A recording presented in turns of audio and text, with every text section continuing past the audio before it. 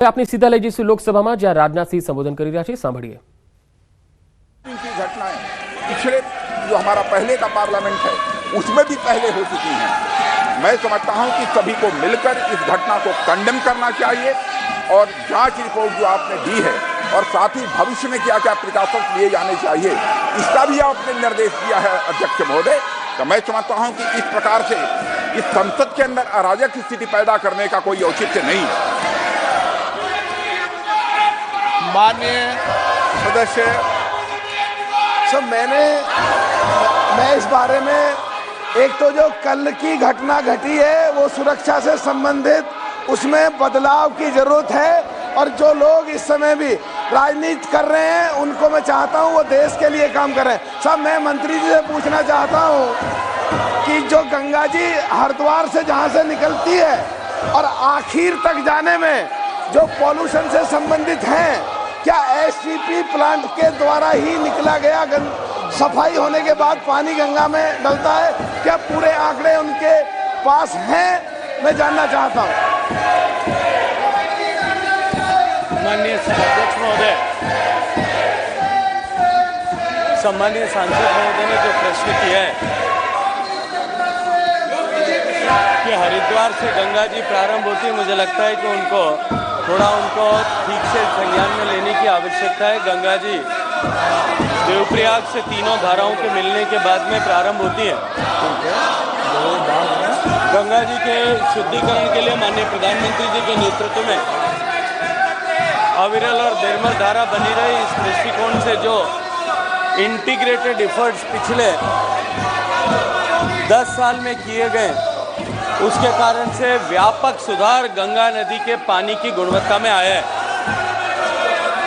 148 से ज़्यादा स्थानों पर सीवेज ट्रीटमेंट प्लांट बना करके मुख्य धारा में जो अशुद्ध पानी सीधे छोड़ा जाता था उसको शुद्ध करके उस पानी को नदी में छोड़ना या अन्य उपयोग में लेने का व्यवस्था और विधान किया गया।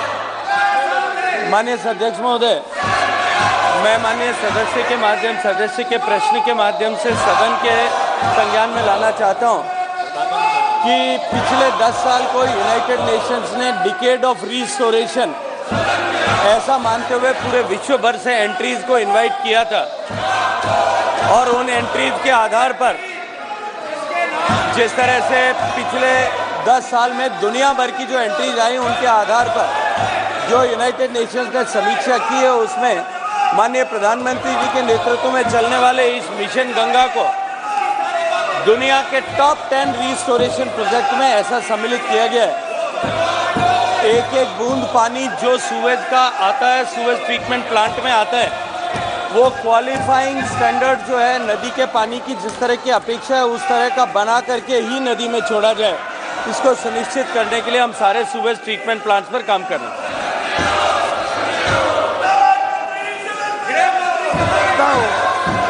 माननीय मंत्री जी से कहना चाहता हूं कि वो तो हमें पता है गंगा जी कहां से निकली है, लेकिन जो एसटीपी प्लांट आपने कौन से पहाड़ पे जाके लगवाया, जरा मंत्री जवाब दे दे मुझ पर आरोप लगाने से पहले।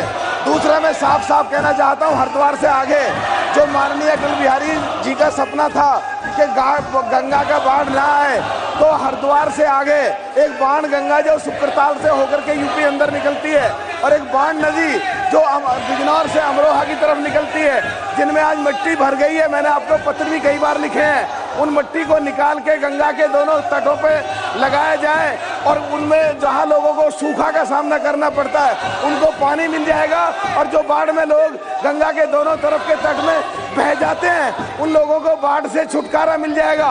मंत्री जी, मैंने आपको चिट्ठियां लिखी, आपके जवाब भी आए हैं, कृपया करके इसमें विस्तार में बताएं। અને હવે બ્રેકમાં જતા પહેલા નજર ટોપ 3 હેડલાઇન્સ પર। સુરતમાં રખડતા શ્વાનના ટોળાએ બાળક પર હુમલો કરતા ફફડાટ, 6 થી 7 શ્વાનોનો 11 વર્ષના બાળક પર હુમલો।